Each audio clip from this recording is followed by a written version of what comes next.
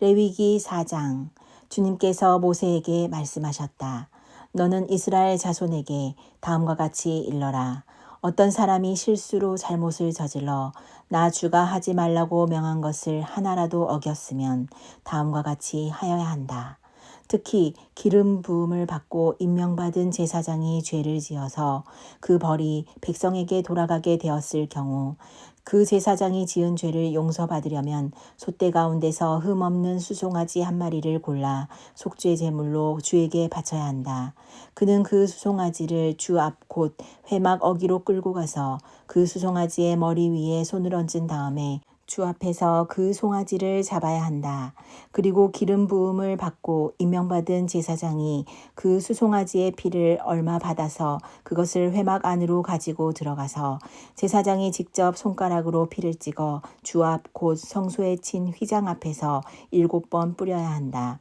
제사장은 또 그 피의 얼마를 회막 안 주 앞에 있는 분향단 뿔에 돌아가면서 두루 바르고 나머지 수송아지의 피는 모두 회막 어귀에 있는 번제단 밑바닥에 쏟아야 한다.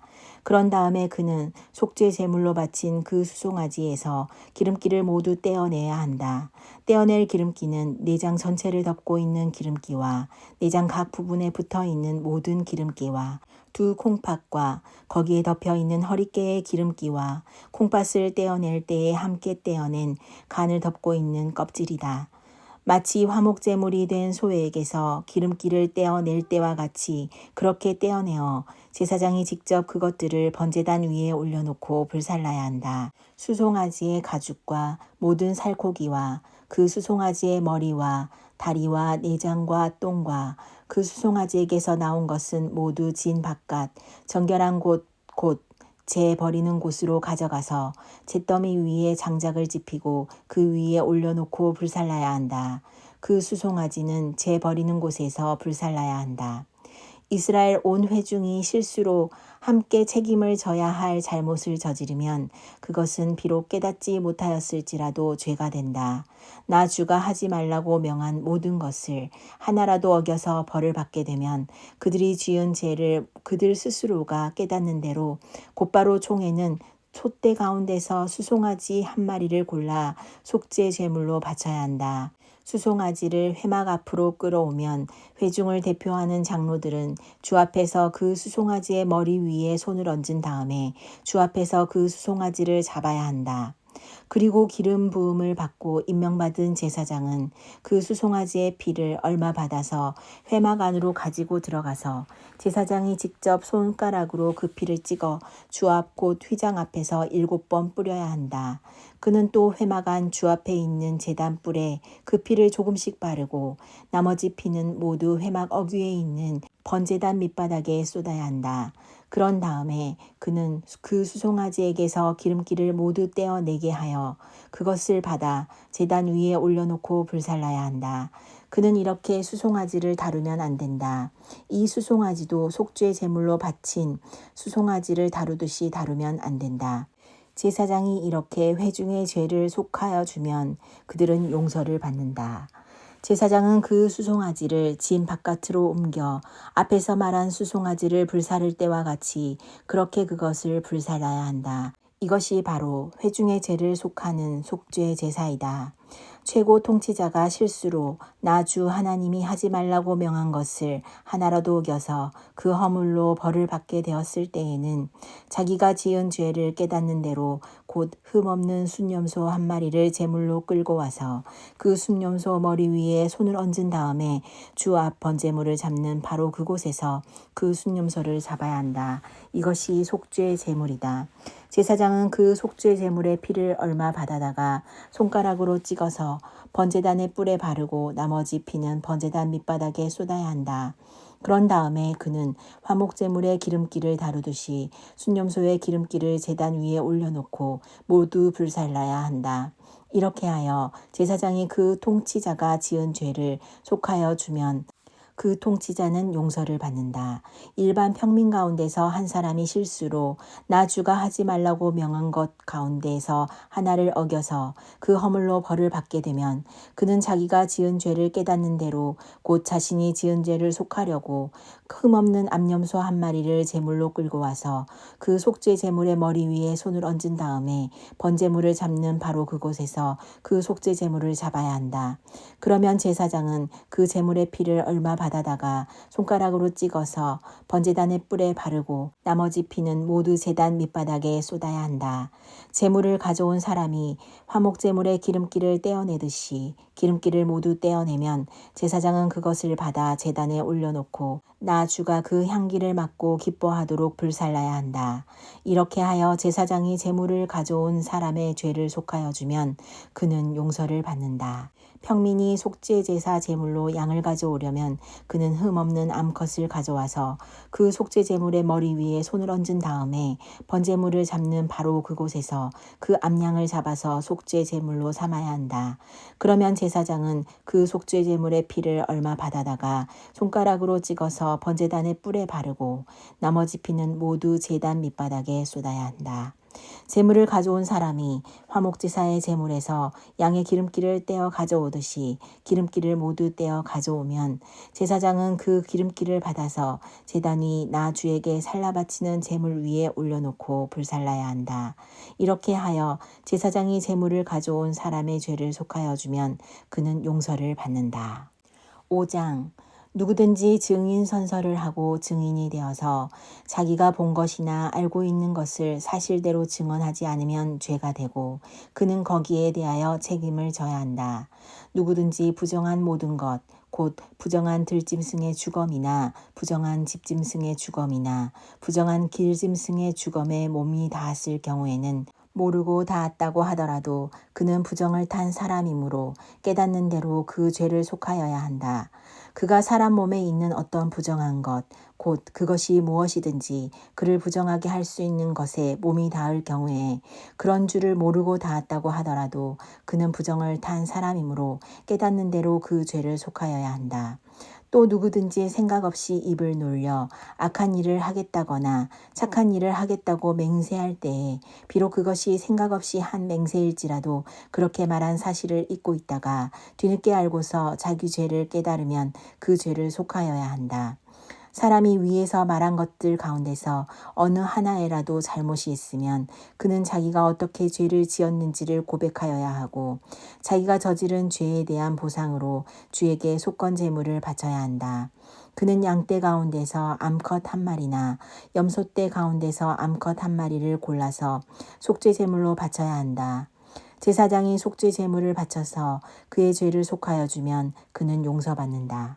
그러나 그가 양 한 마리도 바칠 형편이 못 될 때에는 자기가 저지른 죄에 대한 보상으로 산비둘기 2마리나 집비둘기 새끼 2마리를 나 주에게 바치는 제물로 가져다가 하나는 속죄 제물로 바치고 다른 하나는 번제물로 바쳐야 한다. 그가 그것을 제사장에게로 가져가면 제사장은 먼저 속죄 제물로 가져온 것을 받아서 속죄 제물로 바친다. 그때의 제사장은 그 제물의 목을 비틀어야 하는데 목이 몸에서 떨어지지 않도록 하여야 한다. 제사장은 그 속죄 제물에서 나온 피를 받아다가 얼마는 제단 둘레에 뿌리고 나머지 피는 제단 밑바닥에 쏟는다. 이것이 속죄 제사이다. 번제물로 가져온 제물은 규례를 따라 제사장이 번제물로 바쳐야 한다. 이렇게 하여 제사장이 그의 죄를 속하여 주면 그는 용서받는다. 그러나 그가 산비둘기 2마리나 집비둘기 새끼 2마리조차 바칠 형편이 못 될 때에는 자기가 저지른 죄에 대한 보상으로서 주에게 바치는 속죄 제물로 고운 밀가루 10분의 1 에바를 가져와서 제물로 바쳐야 한다. 이것은 속죄 제물인 만큼 밀가루에 기름을 섞거나 향을 얹어서는 안 된다. 그가 이렇게 준비해서 제사장에게 가져가면 제사장은 그 제물에서 한 줌을 덜어내어 제물로 모두 바치는 정성의 표시로 제단 위 주에게 살라 바치는 제물 위에 얹어 불살라야 한다. 이것이 속죄의 제사이다. 해서는 안 되는 것 가운데서 어느 하나라도 어겨 잘못을 저질렀을 때에 이렇게 하여 제사장이 그의 죄를 속하여 주면 그는 용서를 받는다. 나머지 제물은 곡식 제물에서처럼 제사장의 몫이 된다. 주님께서 모세에게 말씀하셨다. 누구든지 주에게 거룩한 제물을 바치는데 어느 하나라도 성실하지 못하여 실수로 죄를 저지르면 그는 주에게 바칠 속건 제물로 가축대에서 흠없는 순양 한 마리를 가져와야 한다.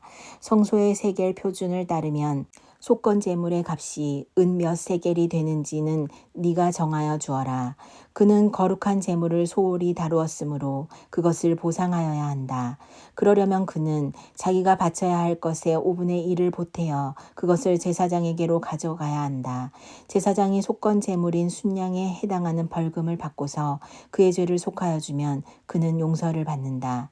나 주가 하지 말라고 명한 것 가운데서 어떤 것을 하여 잘못을 저질렀으면 비록 그가 그것이 금지된 것인 줄 몰랐다고 하더라도 그에게는 허물이 있다.